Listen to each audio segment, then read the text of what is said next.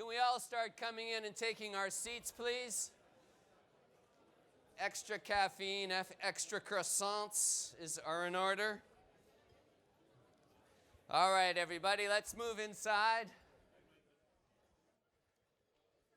We're about to start, everyone. Please come in.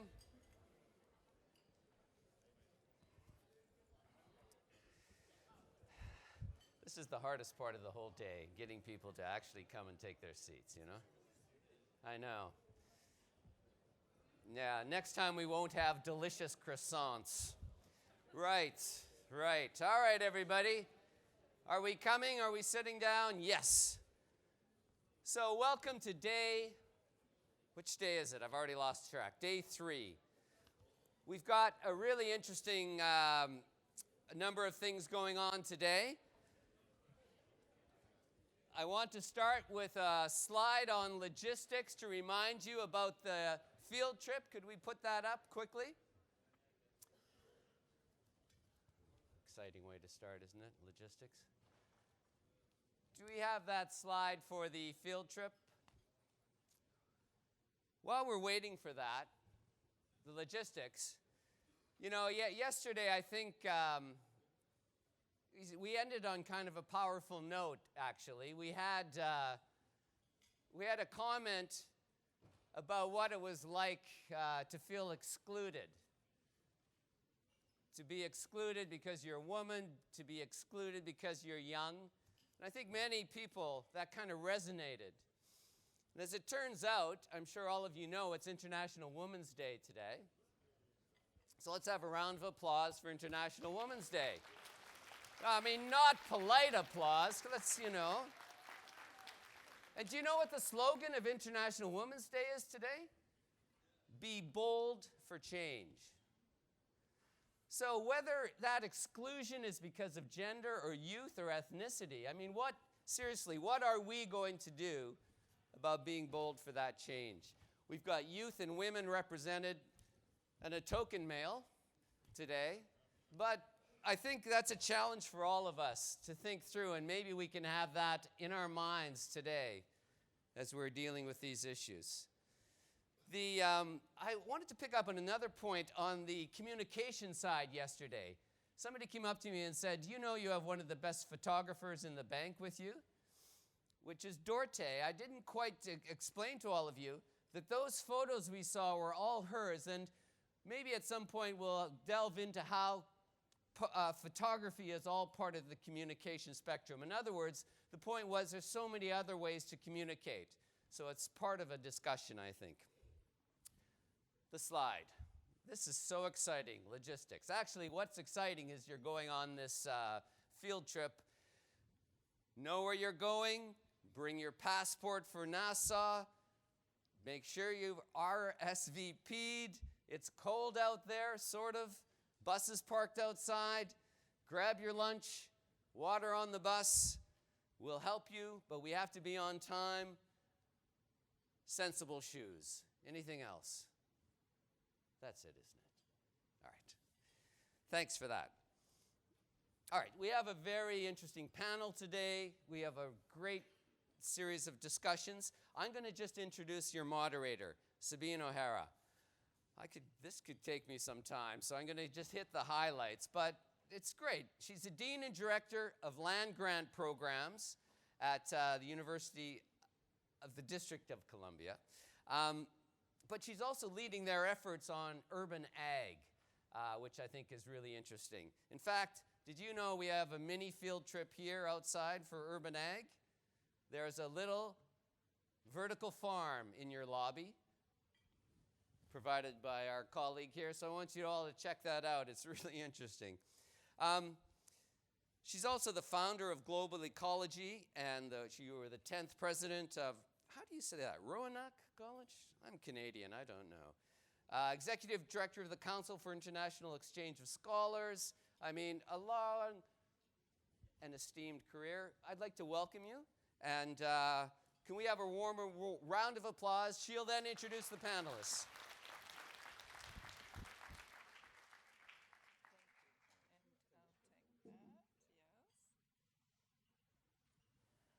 Okay, good morning, everybody.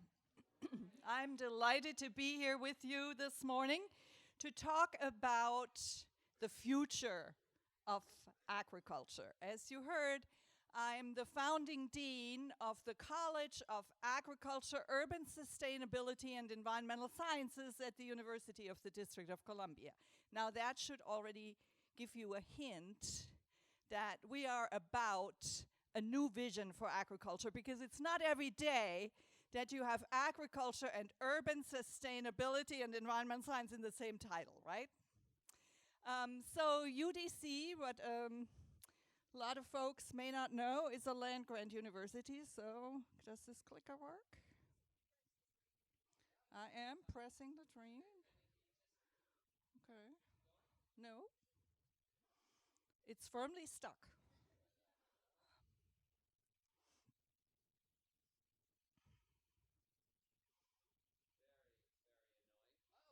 It's coming. All right. Thank you. So I may have to ask you back if you have the magic touch here. Okay.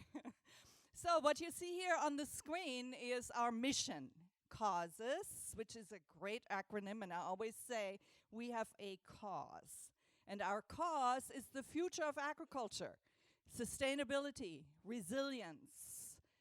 And we do it by improving the quality of life and economic opportunity of people in the District of Columbia.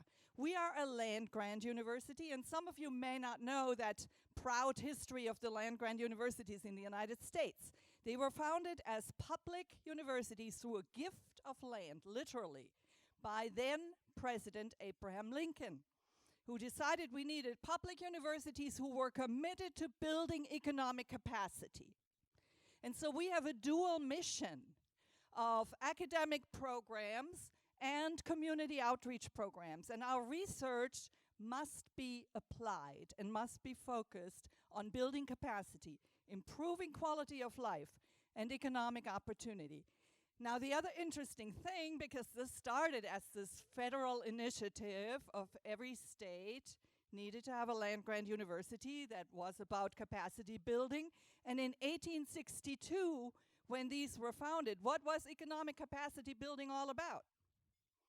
Agriculture, because that was the economy, the motor of the economy of the United States. And so we continue in that tradition of focusing on food, on agriculture, but more recently on sustainability, the green infrastructure, the green economy. Each land-grant university has a territory, usually a state, and so we're kind of this odd thing because we're located in the District of Columbia, which is sort of like a city-state, and it's the only land-grant university whose territory is exclusively urban, because the small diamond-shaped territory that we call the District of Columbia, last I checked, there is no rural space there. It's all urban and peri-urban, and so our entire focus is on urban agriculture. So why is this important, and what are the future and present challenges? So let me start right here in the District of Columbia. Cities are places where you have dense, diverse populations, small spaces with a lot of people. And of course, we're urbanizing all over the globe. So right now, already, 60% of the world's population live in cities and metro areas. This is new in human history. For the first time, we live in places where we don't grow our food, and fewer of us live in rural spaces where we actually have historically grown food. And so we're having more and more of a discrepancy between where is food produced and where is food consumed. Cities are also places where we have a lot of income disparity, and so we do here in the District of Columbia. The district is organized into wards. We have 8 wards, and you see it here. We have some wards. Ward 3, where our main campus is, where income levels are very high, education levels are very high, and sadly, there is a lot of racial overtones here. In Ward 3, we have primarily Caucasian residents. In Ward 8, where income levels are very low, education levels are very low, mostly African Americans live in those neighborhoods. And of course, unemployment figures, if I had put those up here, would match that. Unemployment in Ward 3 is 3.5%. Unemployment in Ward 8 is almost 20%. Lot of disparities. And also the same happens with our food system. Our food system is not evenly accessible. Even in the District of Columbia, we have food deserts. Those are census tracts, and we have 8 of them, where the next grocery store is 1.5 miles away, and there is no access to fresh food. And you see the figures here. The low-income neighborhoods are home to 30%, 32% of our citizens, but only 9% of the grocery stores are located there. So we have huge food access issues. And then take the fact that we're expecting to have an additional 2 billion people on this globe to share the space with us over the next 25 years or so. And add the fact that we have already lost, over the last 40 years, about 30% of our arable land. Well, that tells me that we can't do things as we've always done them. We have to really rethink our food system. So that's what we set out to do. Oh, I forgot CO2 emissions, right? We're moving from the food into the sustainability, environmental aspects, and of course water is another important aspect, but 25% of global CO2 emissions alone are attributable to food transportation, and that figure is growing as this distance between where food is produced and where food is consumed keeps growing as urbanization continues. So how do we solve these problems? Well, we have to address food security. This is what the United States Department of Agriculture calls the fact that everybody needs to have access to healthy food, food that supports an active and healthy lifestyle. That will also improve public health, because a lot of our public health issues are food related. Obesity, hypertension, diabetes. These are not necessarily issues of lack of food, but the wrong food and no access to the right food. Food must be more decentralized. It's highly concentrated in the United States, and in many of our countries it is highly concentrated. If we decentralize food production, food preparation, and food distributions, we can close the distance between production and consumption, and in doing so, we can also create jobs and reintegrate the whole value chain. So the jobs are not just in food production, but in value added, in food distribution, and in the green economy, if we decentralize and close the loop. And what I mean by closing the loop is turning waste into resources, turning water runoff back into a resource, turning food waste back into a resource. So these are some of the things we must do to rethink our food system to be able to address the challenges. So we came up with this idea of the urban food hubs, decentralized food production systems right here in the city. And each food hub has 4 components. It's about producing the food. It's about preparing the food, adding value. It's about distributing the food in innovative ways. And it's about closing the loop through waste and water management.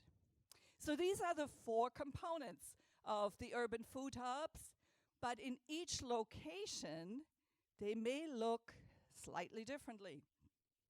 So here's what they can be about. Can I get the next slide? One more. Okay, food production. So what can it look like when space is very expensive, very limited, very small?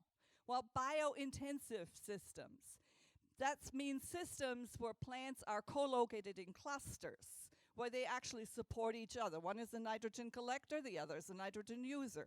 You know, we only planted things in rows for one purpose, for the machines, not because that's the best way to yield the highest amount of nutrients from a small space. Raised beds. Growing food in places where even soil contamination may be an issue by adding compost, building frames, and raising the production system. Hydroponics. Now you're moving completely away from soil and you're growing food in nutrient-enriched water. And if you want to close the loop even further, then the fertilizer for your hydroponic systems come from fish tanks, and that's aquaponics. And then if you're totally out of space, how about producing food on a roof?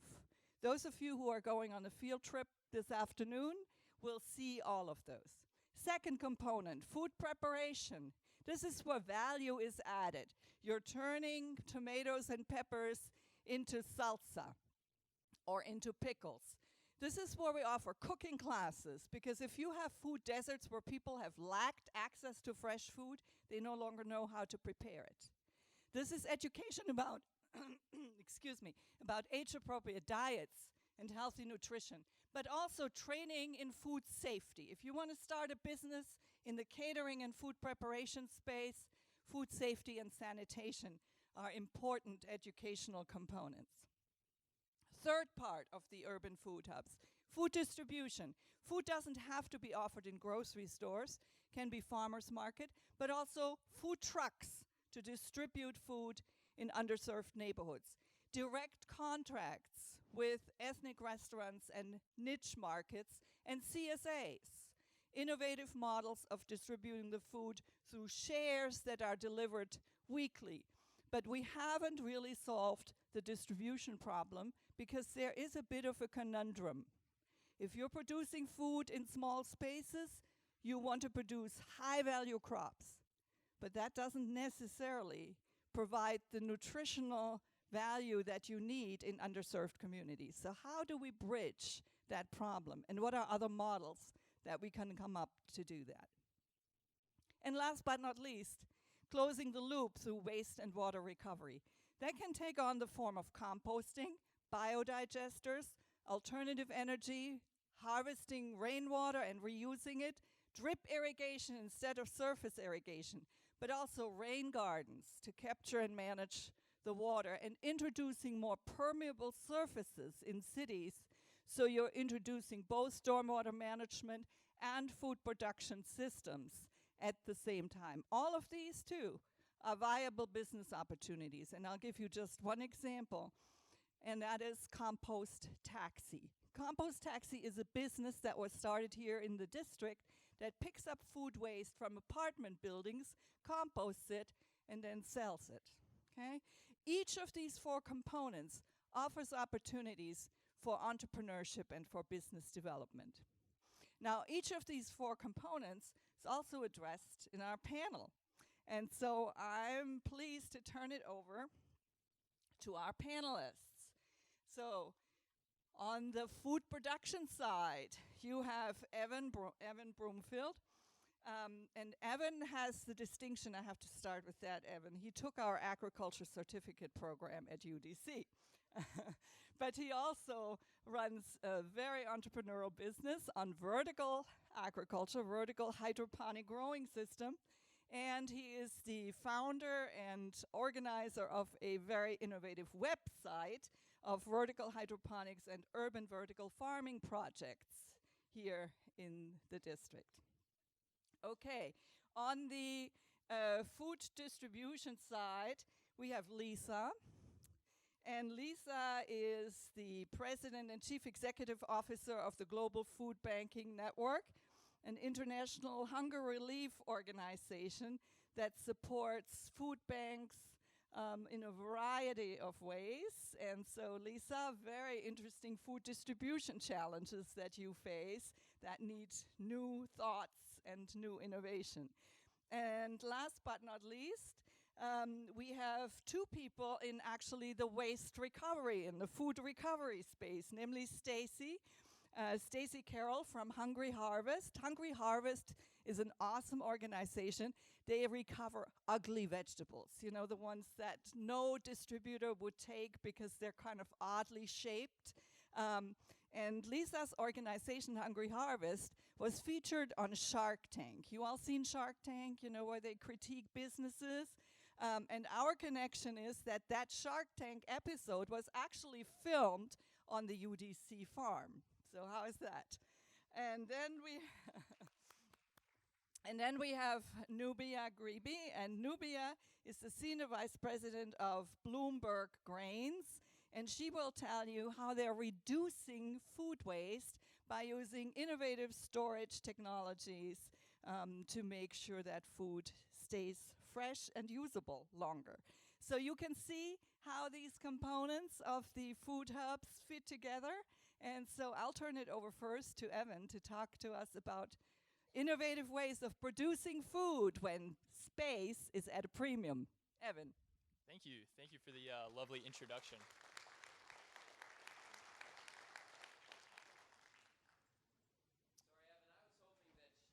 Would introduce me as well, because that was very well done. Yes, well done. It was fantastic. So this is actually the last slide in my presentation. I'm not sure why it's coming up first, but while we maybe get that figured out, can I ask you guys, how many people in the room have heard of vertical farming before?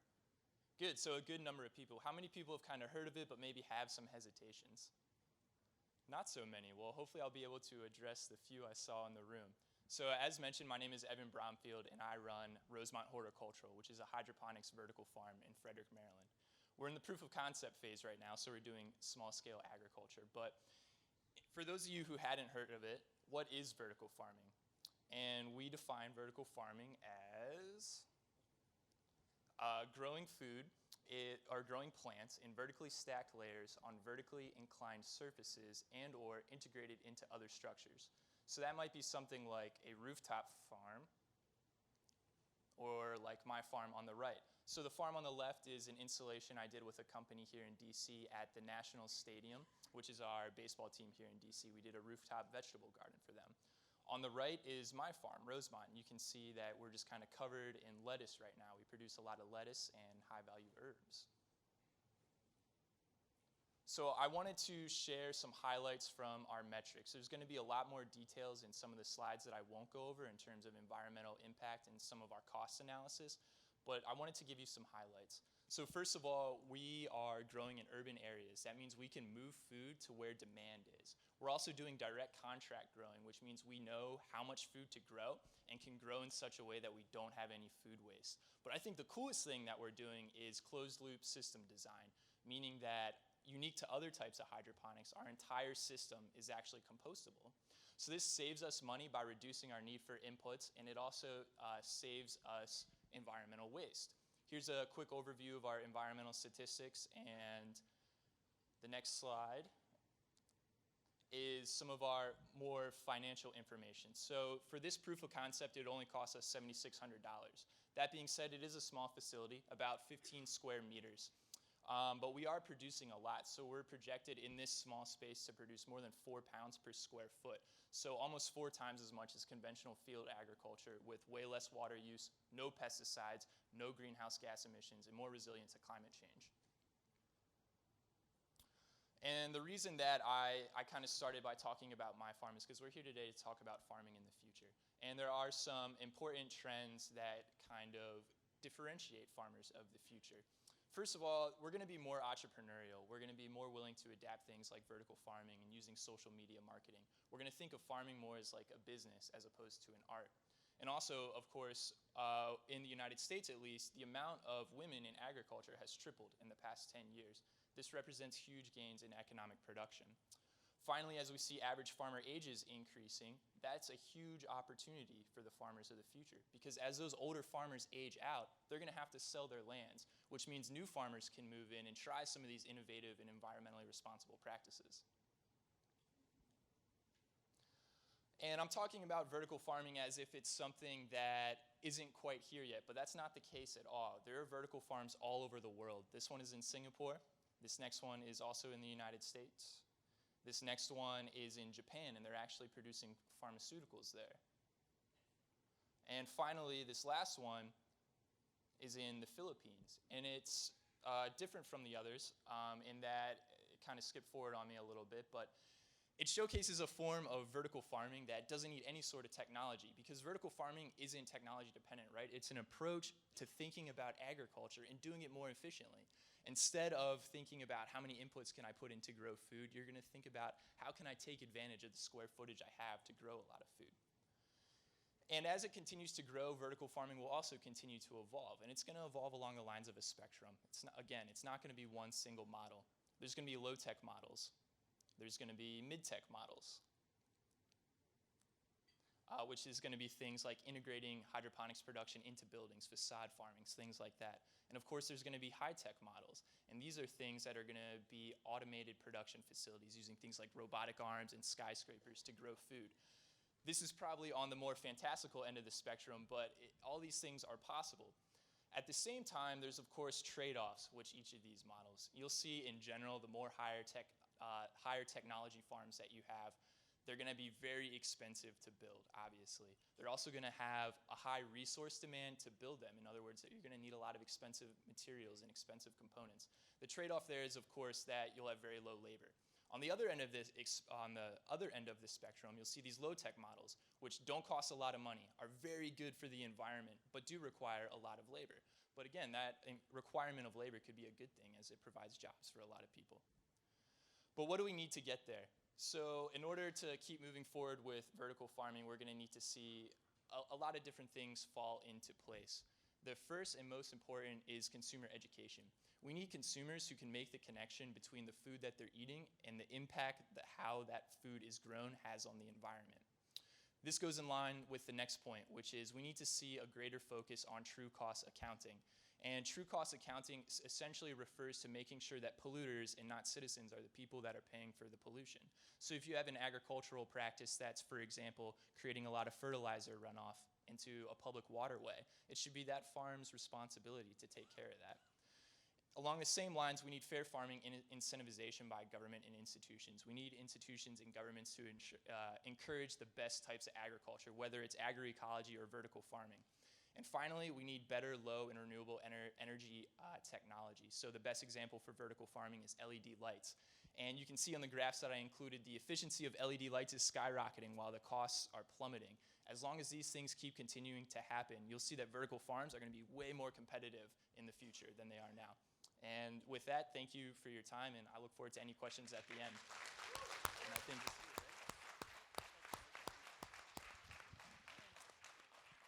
That was great. We now, I believe, Nubia is up. We're going to get you set up here. Let's see. Our biggest challenge is not to put this in our pockets and walk out. Yes. All right. So how can Now, I do? What do you'll I be do? pointing it right over there, and that one right there is what you'll be doing. Do we have the next? Just wait for a moment while your presentation comes up. Ready for the next presentation? There it is. And yeah, try pressing the green now. There we go. There we go. All right. Good morning. I'm very pleased to be here today presenting on post-harvest losses and honored to be with you. Happy International Women's Day to all the ladies in the room, and happy International to all the women in the world. I'd like to start my presentation with a video. Hopefully it's coming. Okay, it is not. In a time of great need, when the world most needs stability in its food supplies, when Okay. famine looms, when climate change threatens agriculture, Sure. Okay. Sure. in a time of great need, when the world most needs stability in its food supplies, when famine looms, when climate change threatens agriculture, when farmers lose half their crops to post-harvest losses, there is a solution. Bloomberg Grain Harvest Protection Systems. From the world's leading food security company comes an integrated food storage, technology, and management system that can reduce post-harvest losses to less than 5%. Bloomberg Grain's game-changing technology and products are addressing the problems plaguing the storage of food. And, as no one has done before, Bloomberg Grain's warehousing systems are innovative, custom-made solutions that adapt to the regional climate, works to store grain and all perishables, and can be installed by local labor in just a few days. It's a cost-effective system that reduces the need for agricultural imports while improving the income for local farmers and increasing agricultural exports, all at the same time. And with this added revenue and prosperity comes increased youth employment and the creation of new jobs in the agricultural sector to help transform sagging economies. It's a fully integrated system that monitors and controls every aspect of post-harvest storage and maximizes the revenue that is possible with higher quantity and higher quality yields. From this, new on-site processing opportunities will be created and improve the value chain for agricultural economies, allowing users to determine their own destiny. Less loss, more crops to sell, better market opportunities, and the new investments in agriculture that will follow. Bloomberg Grain, protecting the world's harvests.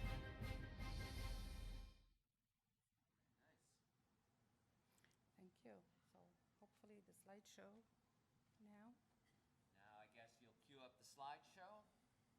Let's wait a moment and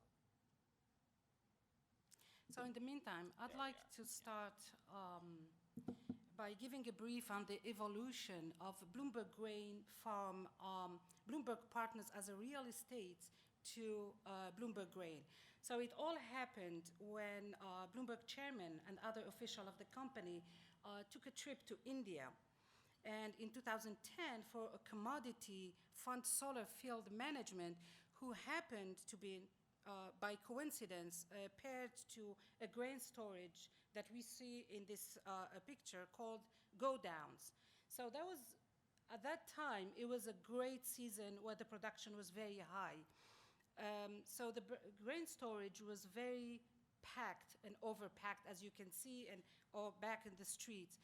So at night, the rain had come and washed all the grain into the streets. So where rodents, cows, and others will basically eat it. So wheat was rotten and lost. The distribution was not able to be done, and people were complaining about high prices. That was the first time that the company had come basically face to face with issue of post-harvest losses. The chairman said at this point, I can do a better job. He saw an opportunity to work to use the expertise in the real estate as well as the high technology in the United States working with on machineries. So the company set up an R&D at Ames, Iowa University, who happens to be a hub for dry commodities, hub for agriculture and dry commodities in the United States. So with the team, they came up with an offering for emerging markets that over the issue of post-harvest losses.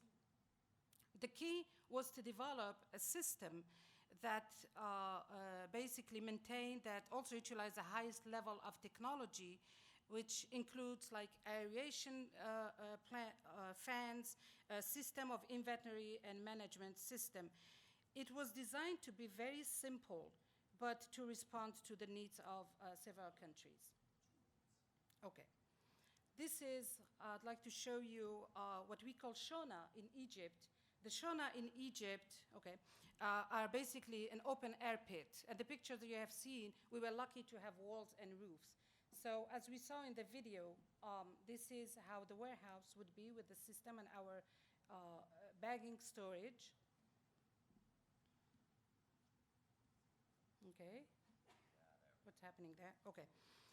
Unlike silos, the horizontal warehouses are built next to farmers. They're very modular, so they can go from very small to large storage.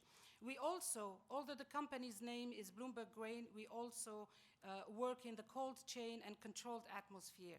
For example, for controlled atmosphere to store potatoes and tubers, but also if, for those of you who are familiar with Happy Meals and McDonald's,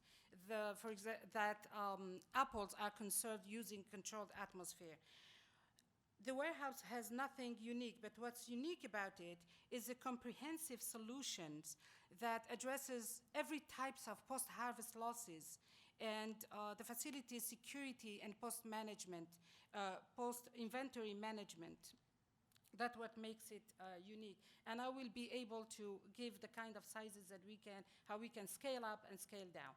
These are the, basically in a nutshell, it's a concept of our systems. So the farmer would bring a bag. There is inventory management that gets into the ID of that farmer, and then we check the moisture content. It goes into the scale, and all is basically captured in the inventory management. It goes to the top left. This is a dryer. So the dryer is linked basically to the bags, and the bags are sealed and barcoded. Everything is captured at the inventory management level. This is, okay. How can I go back? So to go back? Yes, I think please. we have This to is, wind up now. Technology failure is always fun, okay, isn't it? sorry about How's that. So I wanted to show this picture of inventory system, basically, in our equipment in the warehouses that we built in Egypt. This is a screener on the front, so that will take care of the particle within the grain. Then the grain will go into elevator. The dust are separated from the grain, and again bagged and going stacked into by the inventory system. The uniqueness of the Bloomberg Grain in terms of storing and is the command and control center. Okay. So we'll maybe make this the last slide?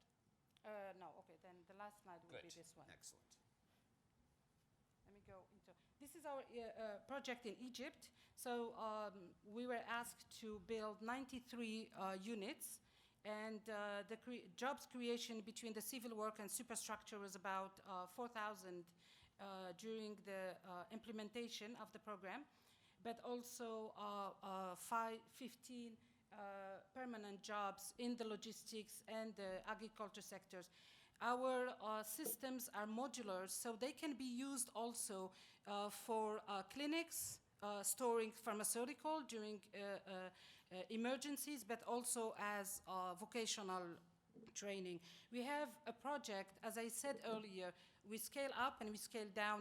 Our other project in DRC, in the Katanga area, where the governor Katumbi has asked us to build 2 warehouses, small warehouses, to take care of with all the system, so that, and the management system was done on farm. The last project was in Nigeria, where we have multiple functions of our system.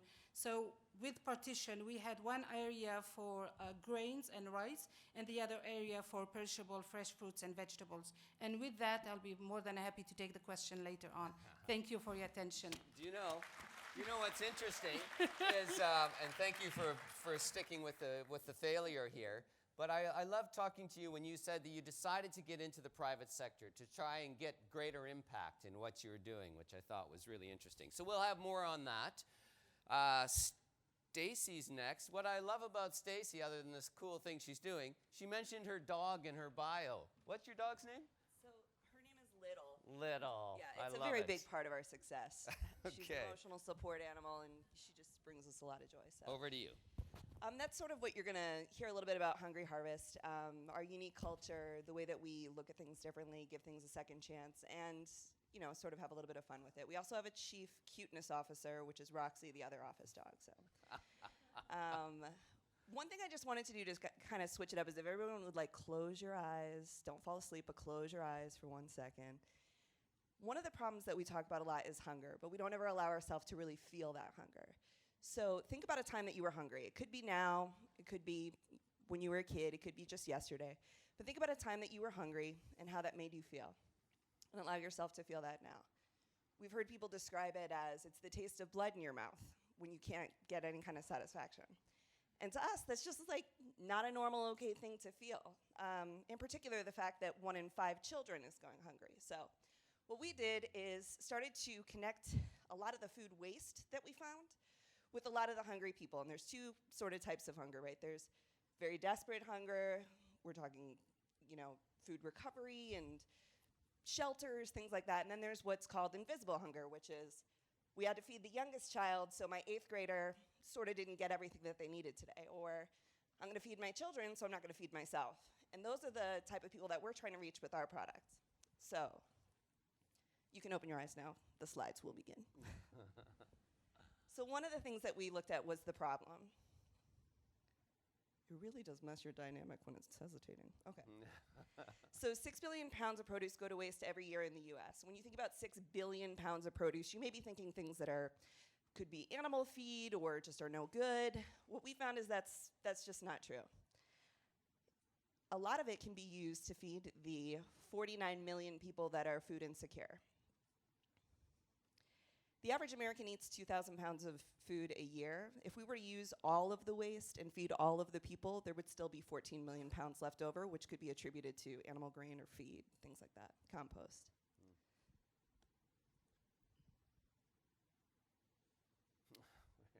This is killer. So what we started looking at is people's idea of what is food waste or what is food loss. And this is the typical idea of what people think they'll get in our product, which is ugly produce. So carrots with 2 legs, apples that have faces, eggplants with noses. And people are sort of disappointed when they get our harvest boxes to realize that it's oftentimes higher quality than you'd even find in a grocery store that would have otherwise gone to waste or been sent to a landfill. Simply because suntan peppers have a little bit of green and a little bit of red, or there's maybe a spot on the apple, or the bananas don't have a 2.5-inch curve.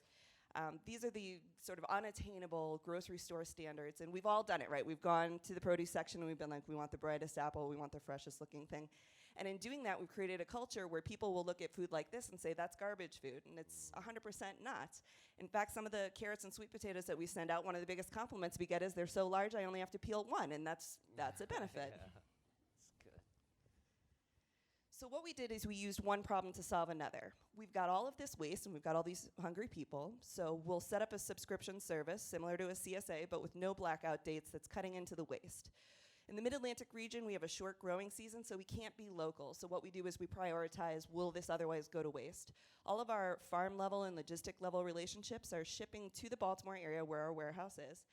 And we're not buying things from California and sending special trucks out. We're making sure that it would have already been en route to not increase the emissions and difficulties there.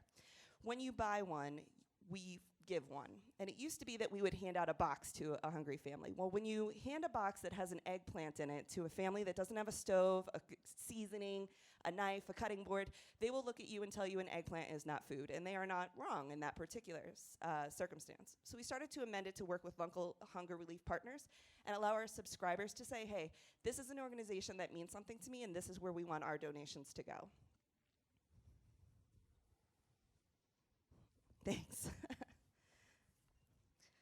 So one of the other aspects of this was keeping it affordable. Now there's a ton of programs out there for people who are on SNAP or feeding children or snack programs, but what about those people we were talking about who just missed the SNAP cutoff or who are just not getting enough food into their family's diet, and in particular not getting enough produce? So we wanted it to be affordable and accessible. We deliver from Philadelphia to Northern Virginia. We're expanding to Miami. We'll be serving the entire Mid-Atlantic, East Coast in the next 18 months, and we start at $15 a week. So $15 a week is going to get you a leafy green, 3 vegetables, 2 or 3 fruits, and a cool item, we call them. So we're introducing you to a new fruit like a star fruit or lychee. Kiwi can be exotic to some people. And that is that. So we talk about who is this sort of reaching. When we started at the University of Maryland in Evans' dorm room. We then graduated to his parents' garage. And at first, we had 30 customers. So University of Maryland's in a food desert, which, as noted before, is there's not a grocery store within a mile and a half. So kids were showing up, and they were buying 5 pounds of produce for $5. Then it started to go to the teachers. Then it started to go to the rest of the staff. Then the local community was like, hey, if we come to campus, we can walk to campus. Can we buy from you? And we were like, okay, and trying to line up like hundreds of brown paper bags and make these mixed boxes. And some people got all onions and some people got all apples, so we got it all figured out. So last year at this time, we had just under 2,000 active weekly customers where we were delivering to their homes. This year, we have just about 6,400. We have a 24,000 person wait list. And as I said, we're expanding into other markets. So this is just a little bit about how it's grown and what the demand has been. And that is it. So I look forward to taking questions later and hope that you enjoy the rest of the presentations. Wow. This is great stuff, isn't it? I can't wait to hear more from Lisa. Good morning, everyone, and thanks to my fellow panelists and to all of you for having us. Oh my goodness, now we're going to have user failure, not technology failure. So it's been really exciting to talk with many of you this morning just about, the challenges that we're facing in 2050 around our food, but also what the opportunities are. My work that I do is complementary to some of the topics we've chatted about, and in particular, the organization that I work for looks to develop community-based institutions that are rescuing food and then directing it to people in need. The model kind of that we perpetuate is food banking. And it's actually very similar to what my colleague just talked about. So essentially what nonprofits do, they work with different types of food producers, they capture the food that's edible, that's surplus, and then they redirect it to trusted charitable organizations in a community that then distribute it to those facing hunger. This model started in the United States. It's celebrating its 50-year birthday this year, and then it spread to Europe, and then the organization that I work with was started 10 years ago to see if this is something that could be spread to other markets. And in particular, the target was emerging markets, so those that were, growing very quickly, but in the process of that, there were people in those communities being left behind. The governments of those countries did not have the safety nets in place to be able to meet the needs of those facing hunger and malnutrition, both in emergency situations and then over the long term. The organization was founded kind of on this whole precipice, is could this be adopted? And the answer, surprise, was absolutely. So today, food banks operate in 70 countries. They serve about 57 million people, and they're rescuing about 1.8 million tons of food annually that would otherwise be destined for the landfill. These are really big numbers, but the reality is, as you all know, as experts in these topics in the room, that actually is less than 0.2% of all the food that is currently going to waste. And so we really see this as an opportunity for scale. One of the great things I love about the food banking model is that it can be adopted in a lot of contexts. And so I thought I would just give you some examples of how this model has been adopted to really meet the needs of local communities. And the first example I want to talk about is our partner in Israel, Laket. They are a younger food bank. They were started in 2006. At the time they were started, there had actually never been a study done on food insecurity in Israel. In fact, the government just said, we don't have hungry people, which is actually quite common in many of the places that we work. But they did a terrific study and found out that there was actually a lot of food surplus and a lot of people that were facing short-term hunger. So the whole model in Israel is actually built around gleaning excess produce from growers that is not saleable. And that's because the value-added industry, the food manufacturing industry there, is just not as developed. And so they are currently the only food bank in the world that is operating at a fairly national level that gets over 90% of the food that they're distributing from surplus from growers directly. And this is a picture of their volunteers gleaning in the fields. Another example, which I think is really interesting, is around the work of food banking on mainland China.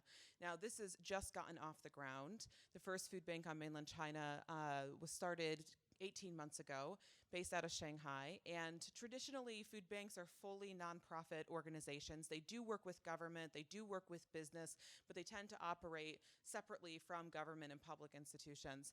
And in Shanghai, first of all, there wasn't a big charity infrastructure that they could be distributing through. And the government relationship just looks a lot different there than it does in many other countries. And so what they did is they started working with the municipalities and to do food distribution through senior centers, through schools, through community centers. So they're still providing the food as a separate organization, but the local government is really engaged, and that has caused them to grow quite quickly. They're now working in 5 cities throughout mainland China. A third example, and this is actually a picture of South Africa, from Port Elizabeth. And, food banking is a pretty capital-intensive industry. It's kind of like agriculture. I mean, you have warehouses, you have trucks, you need cold chain. I mean, it can be very, very expensive. And I think in a lot of the places where this model could be viable, we've had to think about how can we make this more cost-effective. And South Africa, the Food Forward organization there, has pioneered a really creative model around virtual food banking. And that's to use technology to connect trusted charities with retailers that have surplus. So they're not owning the supply chain in the same way that we're seeing in a lot of other countries. And this has actually allowed them to extend service to 2 additional cities. The last example I want to give is of our colleagues in Guatemala. And the Guatemala Food Bank was started in 2009. It started in Guatemala City. It then expanded, and now most of the work is done out of Zela in the north. And as all of you know, I mean, this is one of the poorest countries in the world. 1 in 2 children is severely malnourished and is stunted. And a lot of the people that are really facing hunger on a regular basis live in agricultural areas. So they are actually one of the only food banks serving predominantly rural populations, and they have linked their service directly with livelihood development.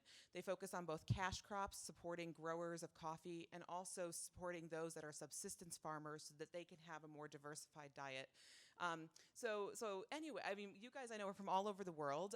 I would encourage you to find the local food bank wherever you live and take a look, because they will learn from you, and maybe you also could be encouraged and inspired by them. So thank you so much.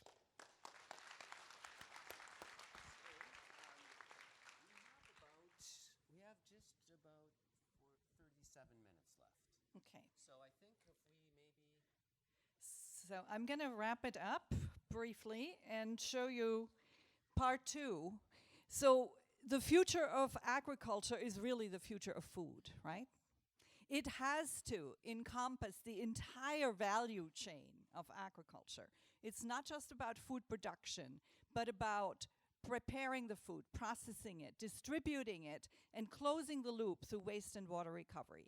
And it is about cutting down on emissions, greenhouse gases, and the like by closing the distance between food production and food consumption. So where do we do this? So that means areas that have not historically been used for agricultural production and food processing, distribution, and closing the loop. So let me show you some of the locations here in Washington, D.C., where we've been implementing this comprehensive look at the food system. So this is our Van Ness campus. Some of you will go there this afternoon.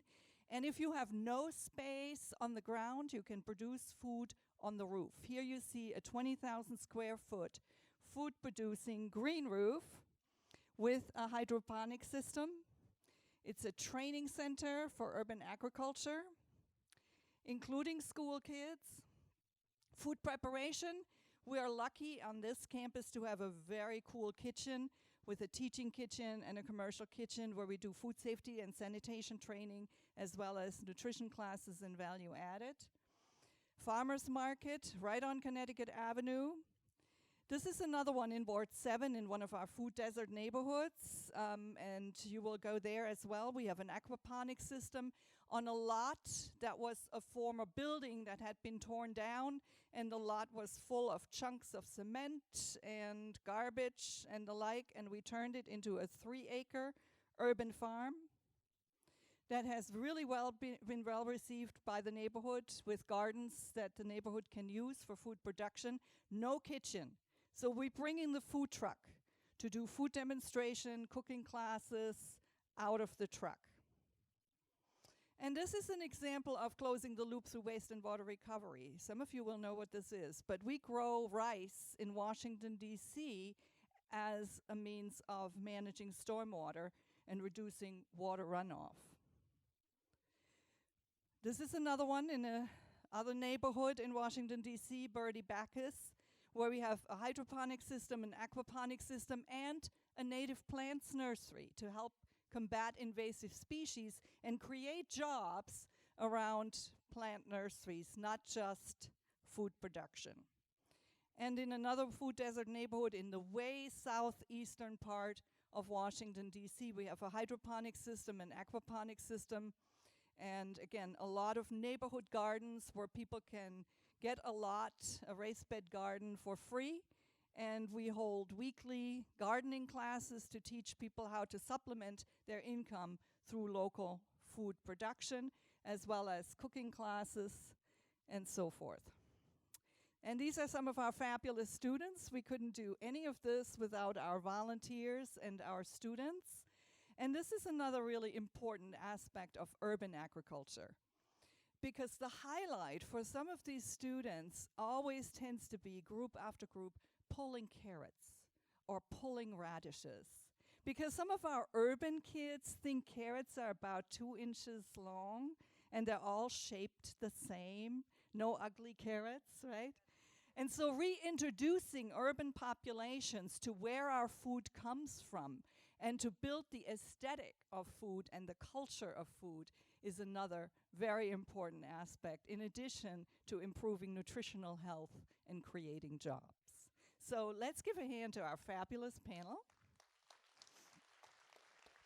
Should we do 15 minutes of questions and then 15 minutes of Q&A? Yes. All right, I'll give this back to you. And we'll start out with some questions to the panelists, okay? So Evan, let me start with you.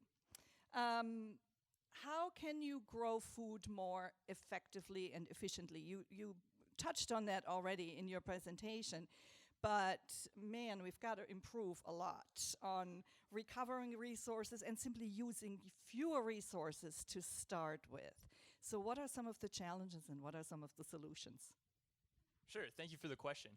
Why don't you stand up and address us? Yes. I will stand up and address you. And I got to say, I'm a little jealous of that modified clicker. You know, you guys could go a little faster. But I think that a lot of times when people think about food production now, particularly industrialized food production, it becomes a process of how much can we add to this field to make more food grow, whether it's fertilizer, pesticides, or genetically modifying seeds. And while all those things have their place, I think instead what we need to think about is how can we grow food efficiently? And to grow food efficiently, that's going to mean minimizing your resources, minimizing your space, and at the same time, growing more food. And so that's where something like vertical farming comes into play, right? Because if you compare vertical farming to field agriculture in 1 square foot or 1 square meter, you can get, I'll stick with feet and pounds, you can get about 1 pound of lettuce. Whereas if you stack that system or you grow it on an inclined surface, you're going to get 5 to 10 pounds of lettuce depending on the type of farm that you've designed. Same idea with closing the resource loop. So our hydroponics farm is actually kind of unique in that everything that we use is compostable. So not only do we have no environmental pollution, but the waste products that we do have, we reincorporate, make compost out of it, and then reduce our own costs by using that compost to grow more plants in the future. So I think by combining some of these things, you're able to get a really good idea of how we can lower costs and grow more food at the same time. Thanks. Thank you, Evan. Lisa, food distribution, huge challenge, right? And certainly one of the solutions is in closing the distance between food production and food use, food consumption. But I want to introduce another term that I know is also very important to your work, and that is resilience. So resilience is sort of the new buzzword, right? It's about preventing disaster or trying to mitigate it. And if we have disaster, how can we recover more quickly? So talk a little bit about that.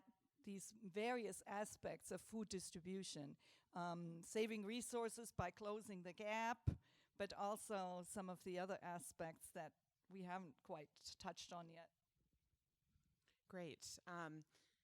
Well, like you were saying, resilience is the new buzzword. I feel like it's like sustainability. How do you define it? What exactly is resilience? But I think from our point of work, a lot of food banks are in urban and peri-urban areas, and we're seeing them more and more reach out into the rural areas where you're seeing the real depth of poverty.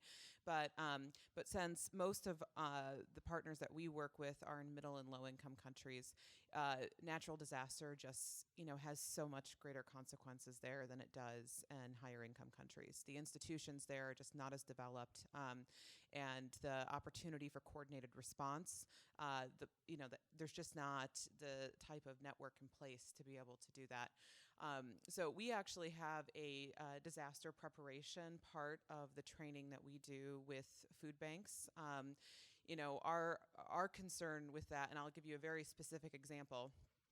So there was a food bank that we helped launch in Guayaquil, Ecuador in 2012. So very small initially, they were moving, I don't know, maybe serving 80,000 people or so. It's their first year. An institution like that, where you have 2 people on full-time staff, you have a board of 7 people, and you have a number of product owners, but you still haven't developed the financial model of sustainability. So they were growing as far, actually quite rapidly. But then, of course, a year ago, they had that terrible earthquake in northern Ecuador. And in Ecuador, as many of you know, just that the poverty there is very high right now. The unemployment rate is high. The governance is not as effective as we all would hope. And the government turned to this food bank based out of Guayaquil to begin doing distribution of food, and not just food, but also of medicines in the north, because there was just no availability there of civil society to be able to support the government kind of in the response. And they did a great job, but it was incredibly taxing on the organization. They had to change service away from the nonprofits that they normally provide product to, and shift and extend supply chain into the north, obviously with logistics provided by other partners. But I think as we think about resilience, we think about institutions that may not necessarily prevent some of these disasters, but when one hits either in their country or especially in the region where they're based, that they're able to respond and help that community grow in a way that doesn't totally disrupt the service that they are regularly providing. Thank you, Lisa. Stacy, you also work in this food distribution space of getting food that would otherwise go to waste and getting it to people who need it.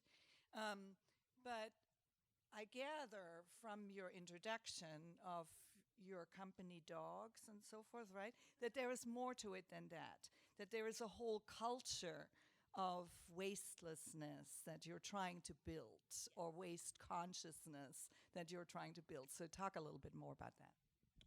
Yes, so our company culture is one of the, I think, greatest parts and attributes to a lot of the success that we have.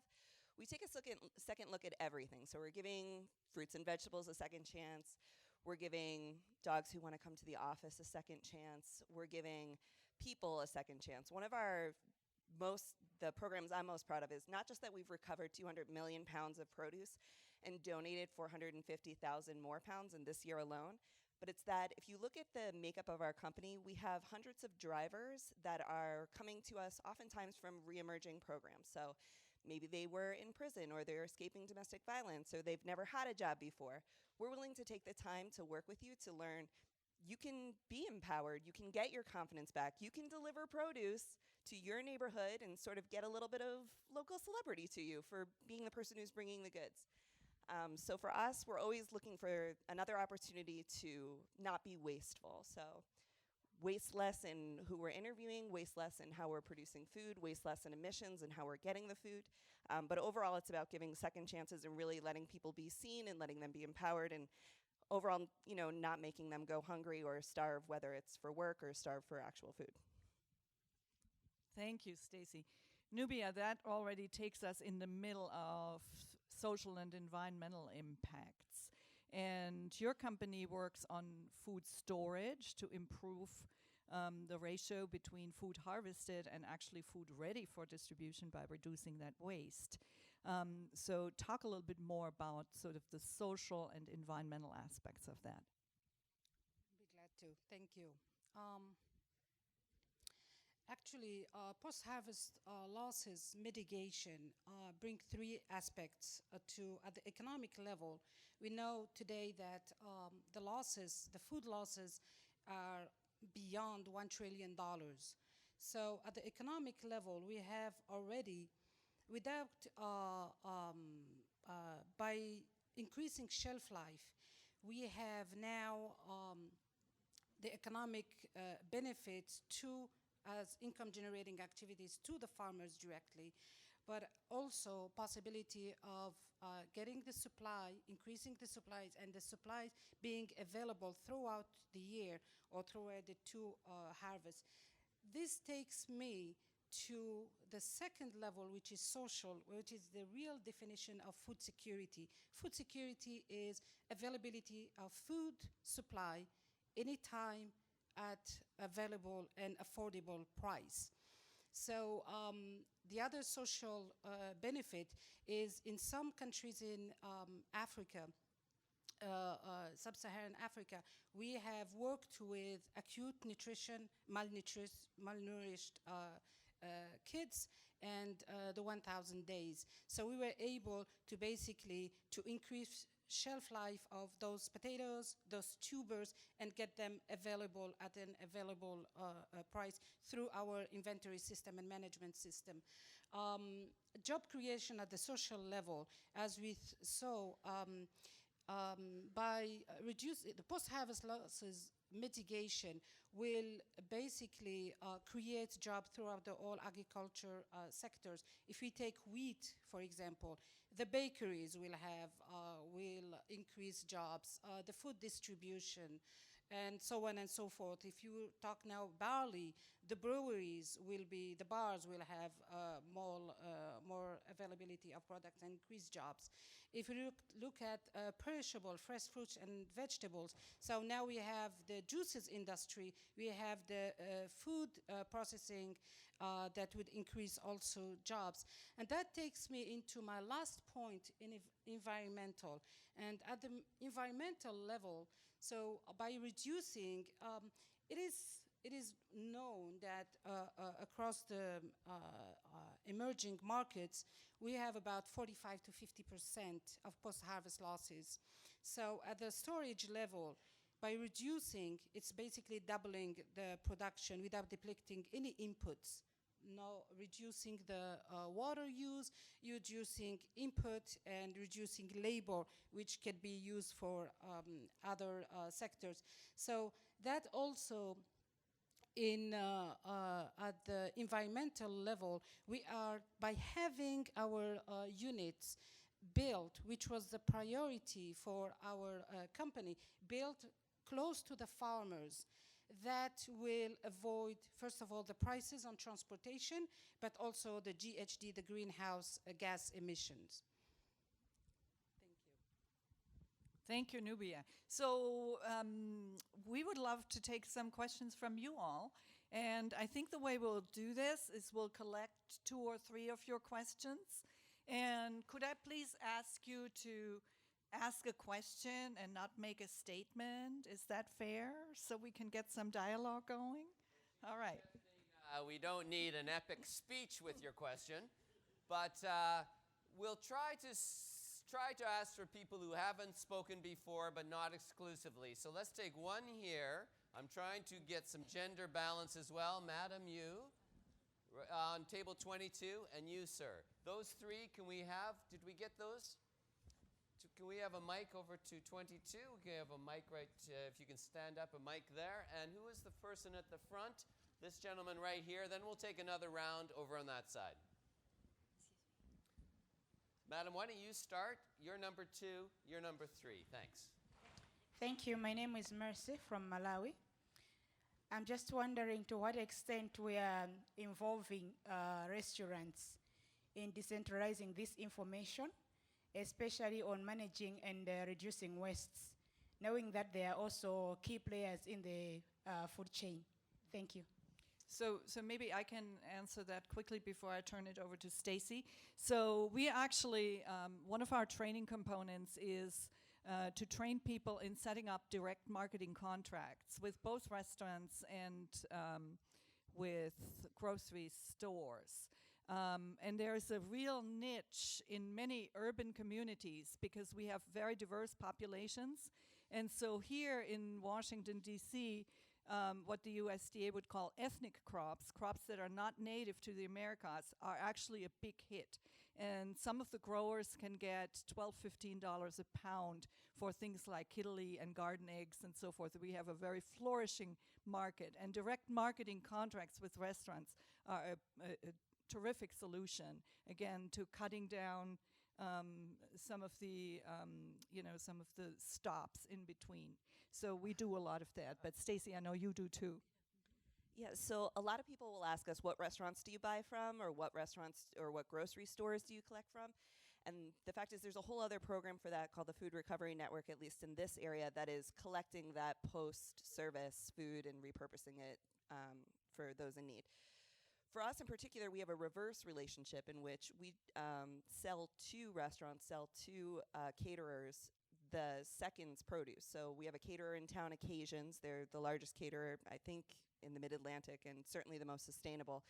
And they'll purchase 20% of their produce from us as opposed to front sales, so that they can say that 20% of their impact on $36 million in food sales for them is coming from a recovered source. So it's a little bit of both. I think we would be really surprised to find out how little restaurants are actually wasting in most cases. The purchasing is really extremely tight. There are compost programs in place.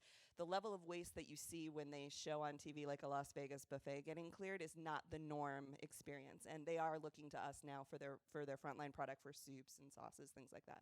Question number 2 is right here. I am going to grab a mic from over here.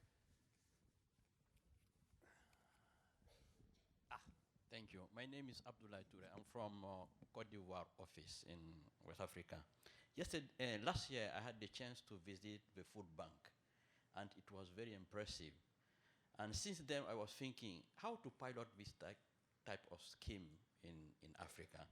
So what would it take to try to replicate the scheme in Africa? It's very interesting because we have also a lot of food waste in Africa. We are poor countries.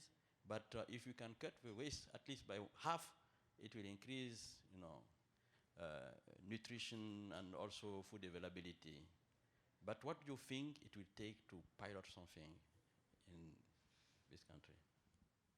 That's a great question. So there are several smaller projects occurring across sub-Saharan Africa, and there's a couple of models, and none of them, as you had indicated, have gotten to the point yet of scale. In what we have seen, really the two most important components are just the tenacity and commitment of the founders, and their willingness to just really be committed to put in the first 3 years that it's going to take to build an organization and raise the funds for that. But it absolutely is being done. And the second thing too, I mean, you just say resources and know-how, and this is one of the things that the main thing that my organization does is we work with startup food banks and ones that are rapidly growing to give them technical assistance, training, connect them with peers so that they can, really build a sustainable organization. And then we also do kind of, seed capital and then growth capital, and then connect them with partners, mainly through multinational businesses, that can then more sustainably support their growth. I think what's unique about sub-Saharan Africa, though, is that there's really options for two models in the cities, like a Nairobi or an Addis or Accra, where you have a lot of waste occurring either at the manufacturing level, not so much that, more at the retail level.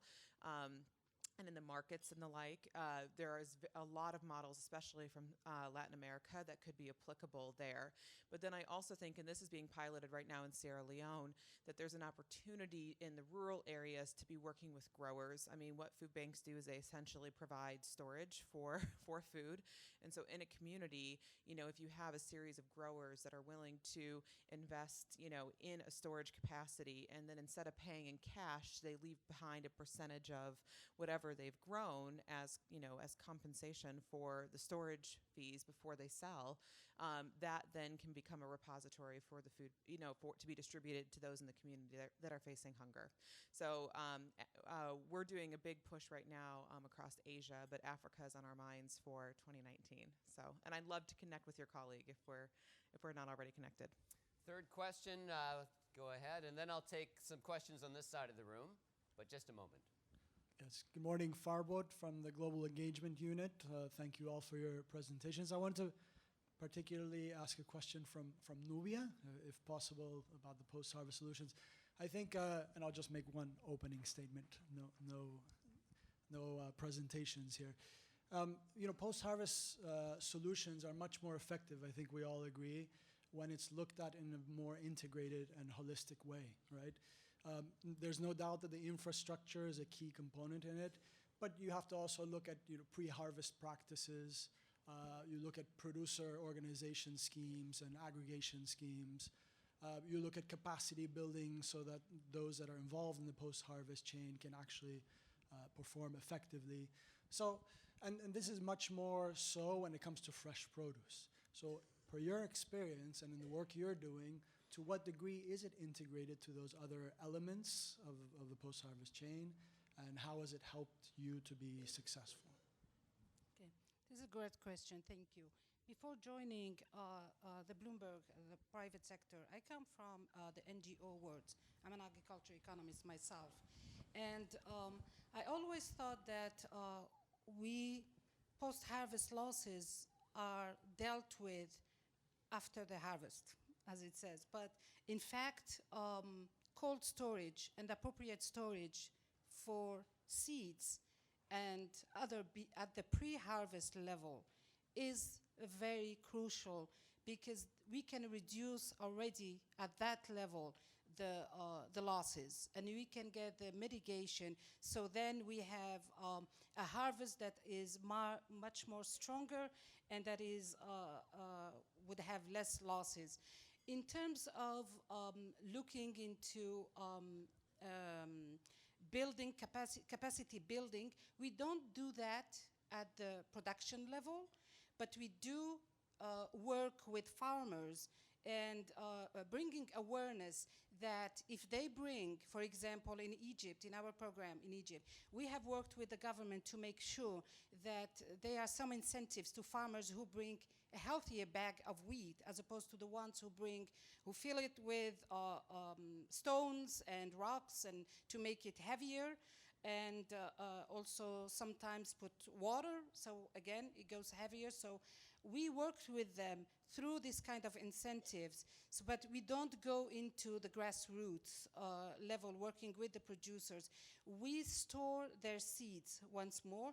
We have the campaign, and we talk about the fact we have vocational training for the farmers on how to store better at the farm level and how to handle their commodities.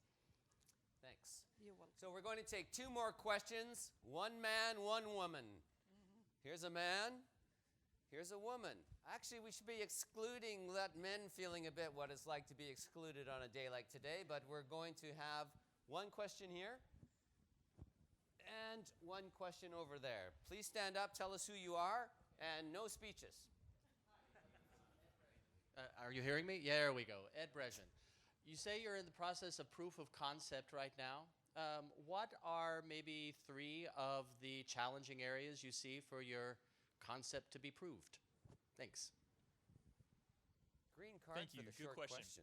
So I think that there are a lot of other farms in the proof of concept phase in the vertical farming space. And so speaking for not only my project at Rosemont Horticultural, but for all those farms, I think that 3 of the biggest challenges, the number one is going to be labor. It's really expensive to hire somebody that has the skills to do this. I believe that those costs are going to keep going down because there's a lot more education in this space, and there's a lot more young people like me that are getting excited by farming in efficient ways, and so we're willing to work in these situations. The other cost, or the other challenge, is kind of what I alluded to in my presentation, which is thinking of farming as a business as opposed to an art. You need to be able to sell this produce, or else no matter how efficient your model is, it's going to fail. So you have to have some business acumen to do this. And finally, another reason that a lot of farms are failing, and something that we are working through as well, is that there's no best practices in the industry right now. And so a lot of farms are spending time trying to develop technology and think through their systems, and that's a distraction from that point of selling produce and growing food. And I think those are probably my three that I would highlight. And for those of you who want to learn more about these kinds of challenges, on September 20th and 21st, we're going to be hosting on our Van Ness campus here in DC the Vertical Farming Association. So watch out for that announcement. Excellent. And let's have the next question. It was mentioned in the presentation that the post-harvest storage facility is a low-cost solution. So I wanted to understand more on the costs involved for a small-scale facility, and if you could also elaborate a bit on the energy requirements, it would be great. Thank you. Thank you. So our systems are modular. So we go with the smallest unit, and the building will be about 15 meters wide to 90 meters long, and then about 6 meter height. And the prices would be around between $80,000 and $100,000. And with the management system that I was unfortunately not able to really show in details, but I can, you can reach out to me and I can send those details over an email. So as for the energy, our building also use the solar energy. So that is a possibility, but we are very responsive to private sectors or to government. So it is, we custom tailor the needs based on the demand. So it goes also, the largest one, sorry, I need to add that. The largest one would go from, it's a huge, it can, so the first one could accommodate something like 1,500 metric tons. The largest one, 240,000 metric tons, and that can go all the way to $2 million. But we are talking about a huge buildings and huge commodities storage. And then the command and control center is a network that links all these buildings. So we can remotely, for example, in Egypt, the Ministry of Agriculture have given us a room, an office, where we have a lot of screens where we can live have videos and control basically all the grain. For instance, perishable, we need to look at replacing the oxygen with nitrogen. Remotely we can do that, and we can do that throughout the country and for the 93 warehouses that we have done. In the DRC, we can do it at the farm level because we have only 2 units, so and so on and so forth. So it really depends on the request of the government. I think we can take one more question. Do you also want to do a little wrap-up, Sabine? Or maybe we'll take one more question, or do you just want to wrap up? One more. Okay. One more question. I'm going to the back. I'm looking for a woman. Yes, there's one right there. There's one right there. That sounds awful. Madam, there's one. A question for Stacy. How do you separate and foster both a culture of selling, because you're marketing this stuff, and a culture of giving?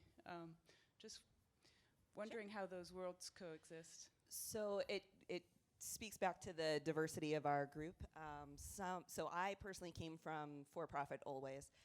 Prior to joining Hungry Harvest, I was with Design Cuisine, which is one of the most luxury brands for high-end catering, social events, political events in the world. So you really couldn't have gotten further from hunger for where I was.